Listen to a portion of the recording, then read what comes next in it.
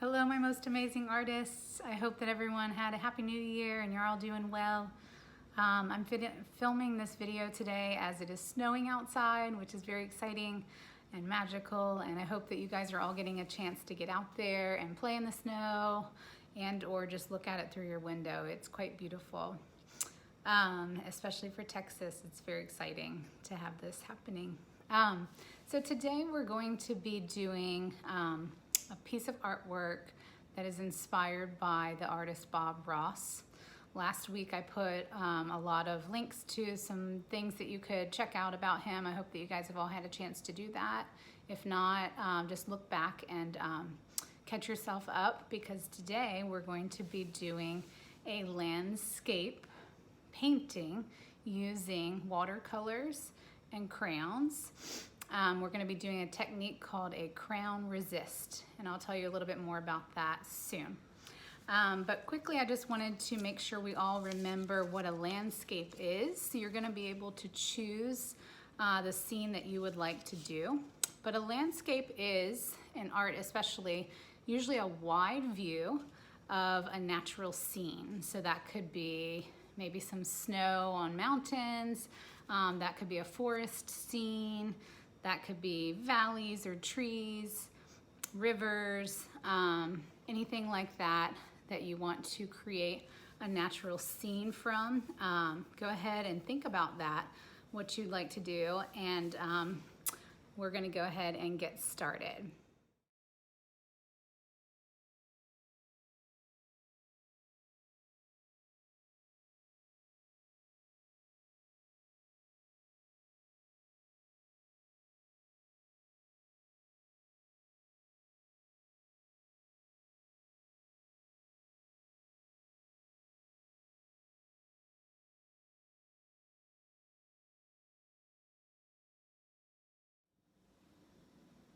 All right, my friends, so here we are getting ready to start our Bob Ross inspired landscapes. So I hope that everyone has had a chance to choose which natural scene they would like to draw and paint today. I am going to be inspired by that snow that's outside today and try and do a snowy landscape. But if you have a different idea, that is totally fine. I think it would be great for you to go ahead and follow along with me as I do mine, and then you can kind of go from there. All right, so we're gonna start today by using our crayons. My daughter just got a new set of crayons for Christmas, so I have tons of colors to choose from here, but if you don't have all of these, that is totally fine. Just use what you have. So I'm gonna go ahead and start in silver. And I'm gonna just kind of make some mountains, just like very rough sketch of mountains in my background, so that I can kind of get myself started. Okay. And of course, these will probably be some snow-capped mountains here that I'm doing.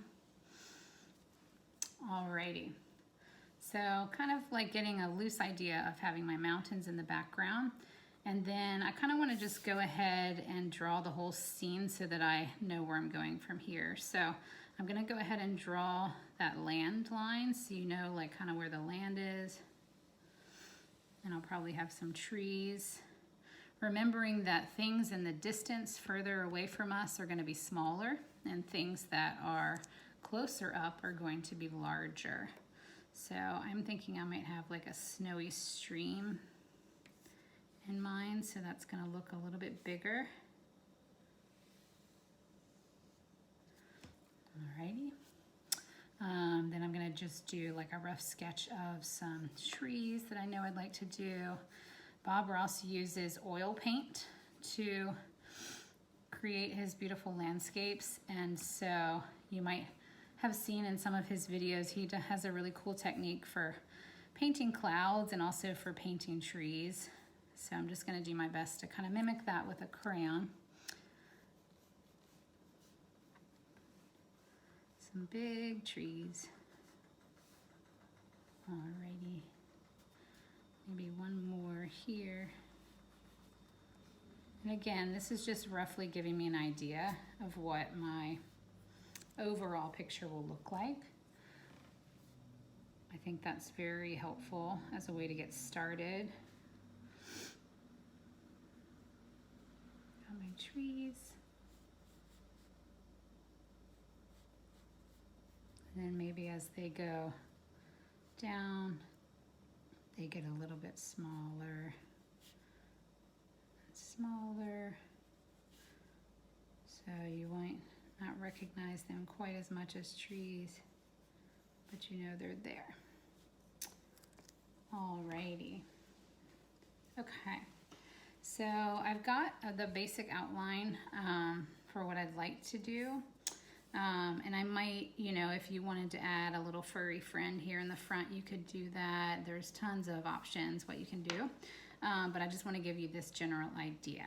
So I've gone ahead and done those mountains. I'm going to use a white crayon now.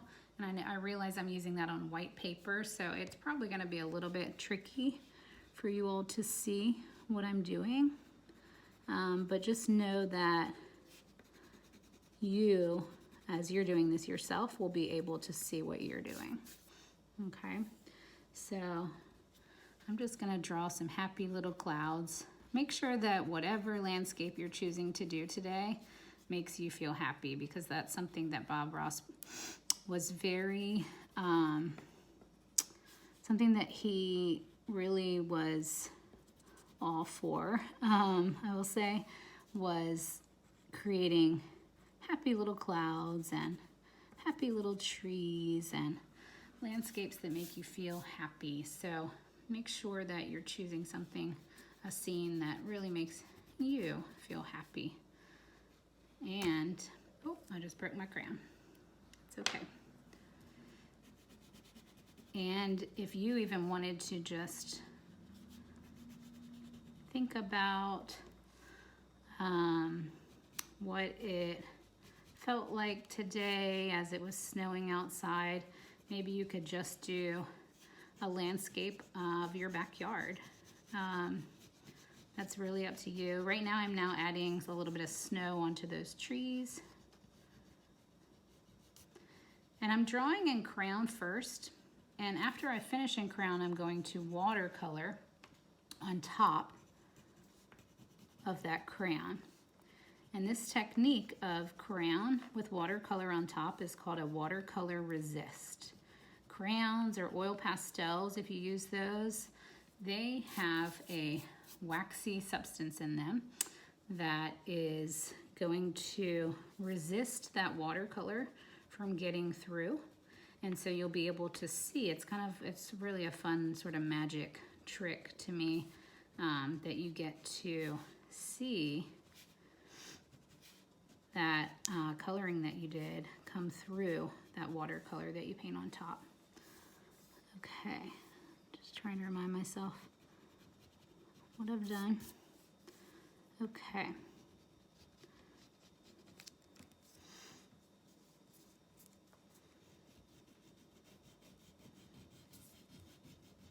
I'm gonna have a really snowy ground, so color the whole bottom in white.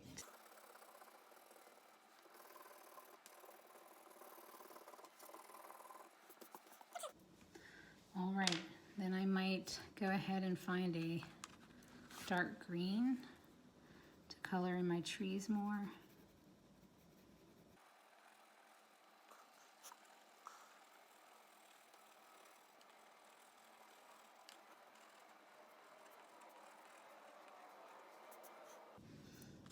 I might find sort of a darker brown for my mountains background.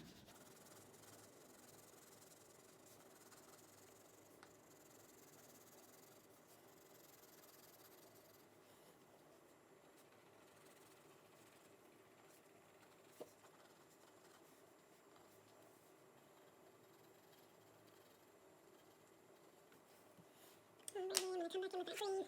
Just realized I didn't get my tree here. Okay. So, I think I'm now going to go ahead and do my watercolor on top. So here is how this works. You're going to take that brush into your water. Of course, your brush needs water to get sort of activated. And then you'll go into your watercolor paint. Get some paint on your brush. I'm going to be starting in purple because I know that I'm going to be doing kind of like a wintry sky.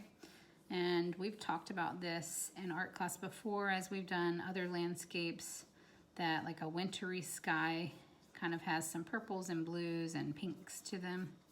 So you can kind of do a blend of those things. I'm going to go ahead and just find where my clouds are here. And they could be a little bit brighter, of course, like I said. You know, Bob Ross does this, of course, in a different technique, uses a different technique for this, and he uses a paint, an oil-based paint, to paint his scene, his landscape scenes, and so it's quite different.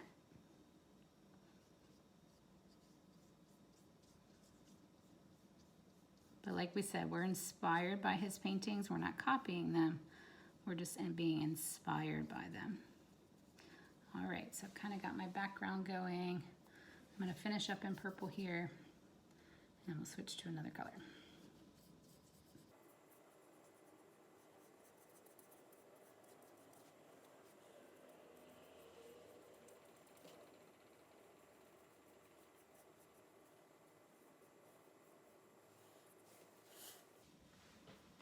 Okay, and I might switch and add just a little pink in there, brighten things up.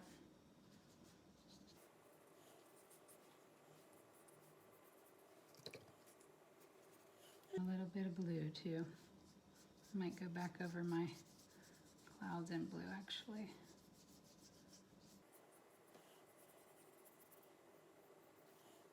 Paint kind of blends and gets onto another part of your painting, that is just fine. When this dries up, when the watercolor dries, you can always come back and crayon and add a little more detail. All right, so I've got my background now.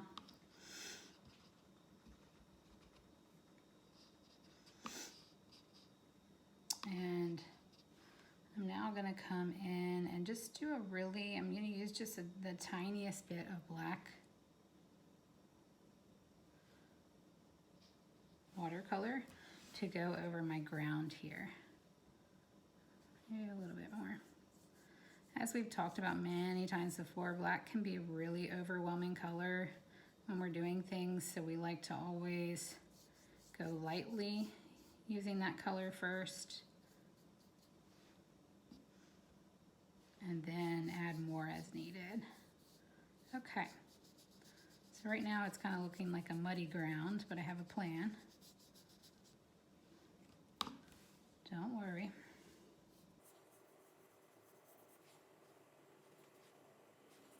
Okay, the more water you add to your brush, the further you can spread that paint. So if it's feeling like way too dark, just dip your brush in water, and that will thin it out some.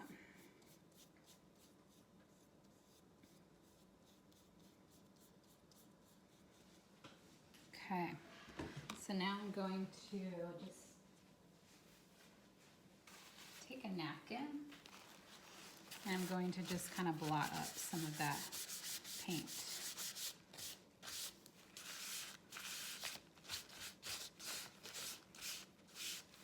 Okay, so you can kind of still see that snow on the ground. You could also use, maybe you want to use a little bit of blue for that ground.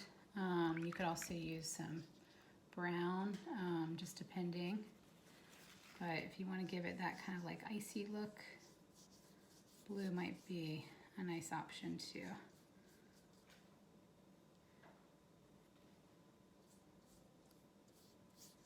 Okay, again, I'm going to kind of come in with my water, and then I'm going to use my trusty old napkin to blot that up some. Oh, I'm loving it. And now it's giving it really great texture to my painting. Remember, texture is something that looks like you can touch and feel it. So in painting or in any artwork that you're doing, you have to create that textured look so that your viewer, the person looking at your artwork, can see what that texture might feel like.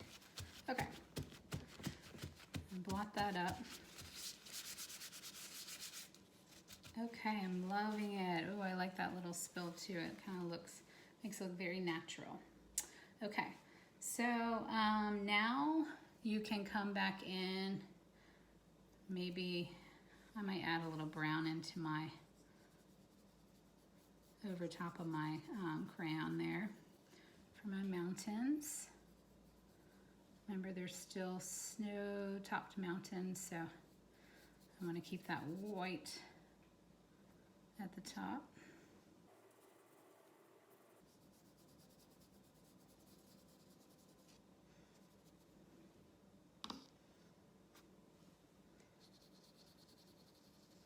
But it also just helps us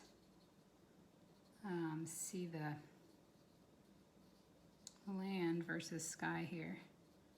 So I'm just going to use that brown to come down in between my trees so you can see that this is all coming down the mountain. This is meeting our land, and then way in the distance we have our mountains and our clouds.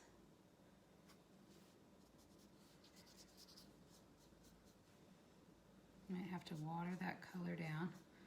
Like I said, it's really great with watercolor. You can just forever add a little water to your brush if you want to make the color a little more muted. That just means a little lighter. Okay. All right.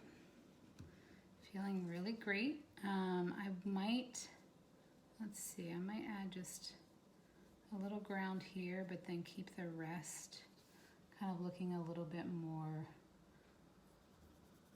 snowy ground. Okay. And again, I could do that by just adding a little blue. I want that to be a little bit lighter. This might blot up the color. Use a little less watercolor to make that ground look nice and icy and snowy.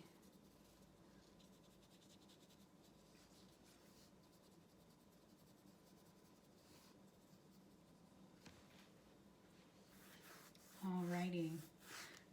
Once this dries, you can come back in with maybe a Sharpie, or you could use a white crayon just to add a little more detail into your landscape. So I'm going to let this dry and I'll come back and show you all that next step. All right, my friends, so my artwork has pretty much dried, and so I'm just going to go back in now and kind of just started to see how it was looking and just define a little more of those things that I drew so that you can see them just a little bit better.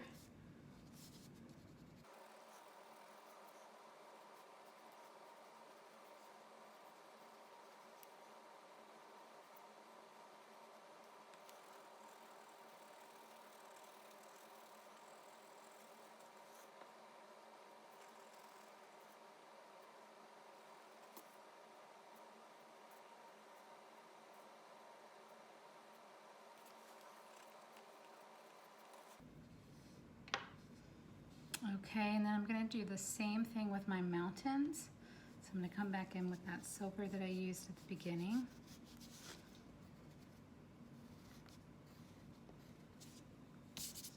Oh, I'm changing my mind. I think I'm going to use a little bit darker of a color. I'm going to use a gray. That silver isn't quite showing up the way I wanted it to, which is okay. It's okay to think you need one thing and then use another. Happy little accidents is what Bob Ross would call that.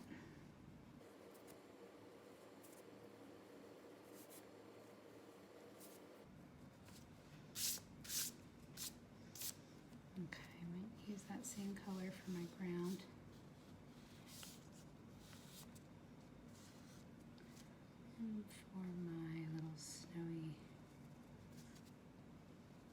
pond. Okay. And I'd like to come back in and just color in my clouds a little bit more. Make them look a little bit happier, because we know that's what Bob Ross would want. It's a fluffy little happy little cloud.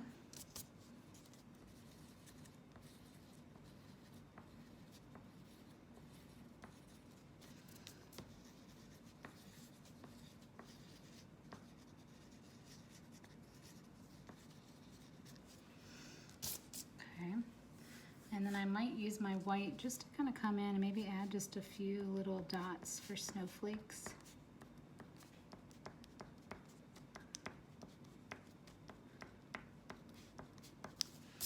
Again, we're doing the best with what we have here at home. If we were at school, we would be using paint to do this project. And of course, like I said before, Bob Ross used oil paint, so we are doing what we can with what we got.